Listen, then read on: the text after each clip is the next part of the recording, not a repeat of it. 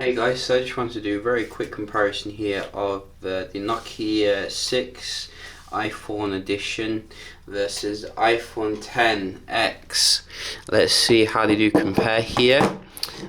Pretty much identical in terms of the build quality, so hopefully the performance is pretty identical as well.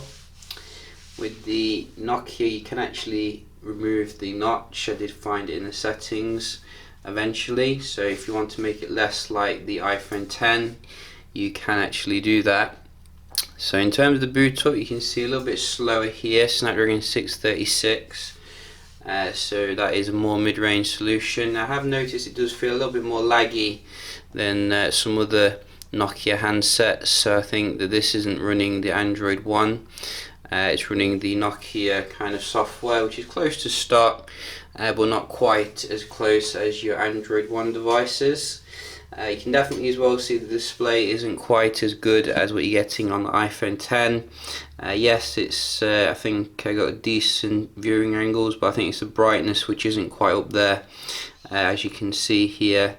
So let's just have a look at the performance. We're going to open up a few apps and see. So we've got Telegram is running Android 8.1, so that should be quite nice and fast software. And let's try another one. So you can see some definite delays here when it comes to these basic apps on the Nokia, and definitely a huge difference when it comes to display brightness and contrast level. I mean, using the black table really shows that actually. So let's just try a game here, but then again, you know, it is under €300, so you know the phone on the right is nearly triple the price.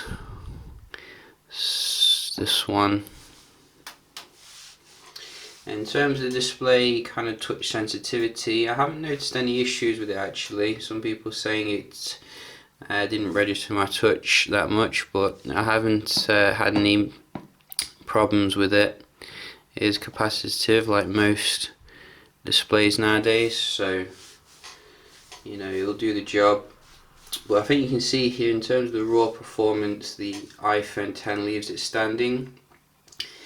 At the end of the day, loading the games much faster here, and the you can see there's a certain delay when you come out of things, and a little bit of a delay going into stuff. Maybe that can be helped with software update or the Android One version, which will eventually come. But yeah, it is a little bit slower than I was expecting actually. Let's just go to the speed test.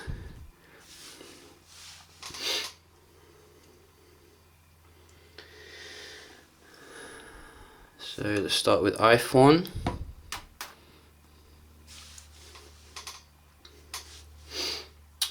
Hopefully in late summer we will see some more kind of innovative designs from Android, because it just feels like I've been reviewing the same phone like for the last couple of months over and over again.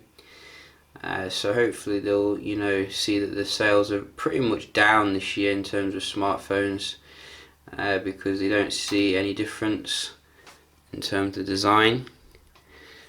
Let's try. It does actually support 5G, which is good.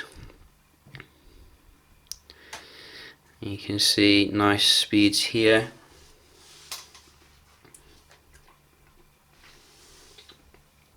That's uncharacteristically low for the iPhone actually. Let's just see if we can do this again.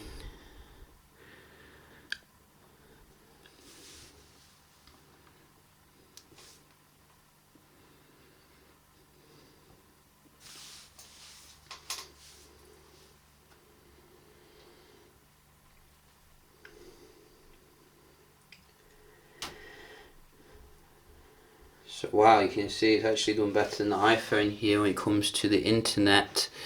But as I said, that is quite uncharacteristically low. Usually it does get a decent score, the iPhone 10.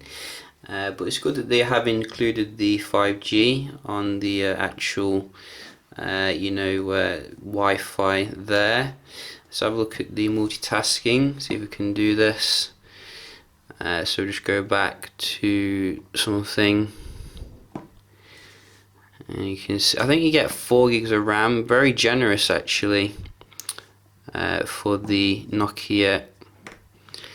And you can see it has no problems holding the basic apps in memory. I see I'm getting used to this multitasking on the iPhone. Won't be long, I think, until I convert.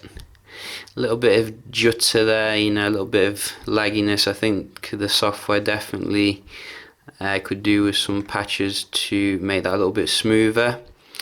But it's holding them in memory, that's the main thing, not reloading or anything. So props where props is due. Very good multitasking here. So let's just try one more. So yeah, you can see some delays there going in and out of it on the Nokia. But I do think a few patches will definitely improve that, because it's definitely got the hardware to back it up. I think Snapdragon 636 is actually quite a decent processor. So far what I can see here, things that let it down is the display brightness and the optimization, but I think for the price here you can't really go wrong. It's got pretty much identical design here, nice glass back, similar kind of size, notch design as well, which you can get rid of actually. I'll just show you. So in the settings you go to the display, and then hidden in here you do have, I think this one, no it's not this one, there we go. So you want your full bezel, and then it gets rid of it a little bit. I don't think the camera is going to be quite as good as what you get on the iPhone. Still class leading in terms of the video recording, but yeah, just a cool comparison here. We'll do some other comparisons with some like for like phones, and yeah, hope you found it helpful.